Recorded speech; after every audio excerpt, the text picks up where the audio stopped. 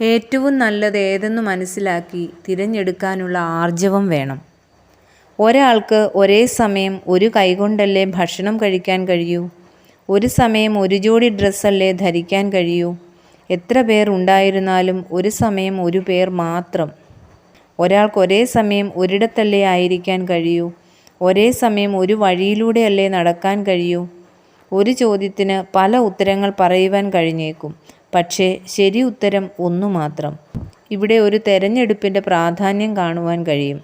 ജീവിതം എല്ലായ്പ്പോഴും അങ്ങനെയാണ്. അതായത് നാം എന്താണോ തിരഞ്ഞെടുക്കുന്നത് അതിനനുസൃതമായിരിക്കും നമ്മുടെ ജീവിതം. ഓപ്ഷൻസ് ധാരാളമുണ്ട്, പക്ഷേ ഒന്നു മാത്രമേ സ്വീകരിക്കാനാവൂ. തിരഞ്ഞെടുപ്പ് ശരിയല്ലെങ്കിൽ ജീവിതം ആകെ തകരാറിലാവും. ആർക്കും ഒരേ സമയം രണ്ട് വഴികളിലൂടെ നടക്കാൻ കഴിയില്ലല്ലോ. അതുപോലെ രണ്ട് ജീവിത രീതികൾ ഉൾക്കൊള്ളാനും കഴിയില്ല.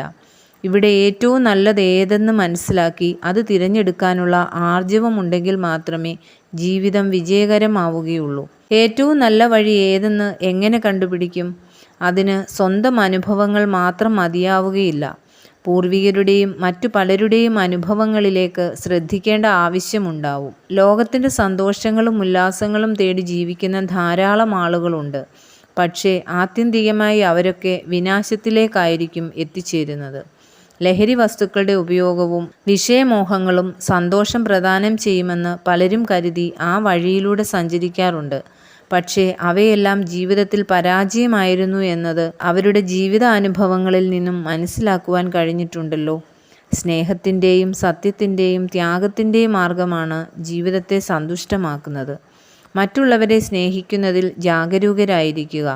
സത്യത്തിൻ്റെ പാതയിൽ നിന്ന് വ്യതിചലിക്കാതെ മുൻപോട്ട് പോവുക.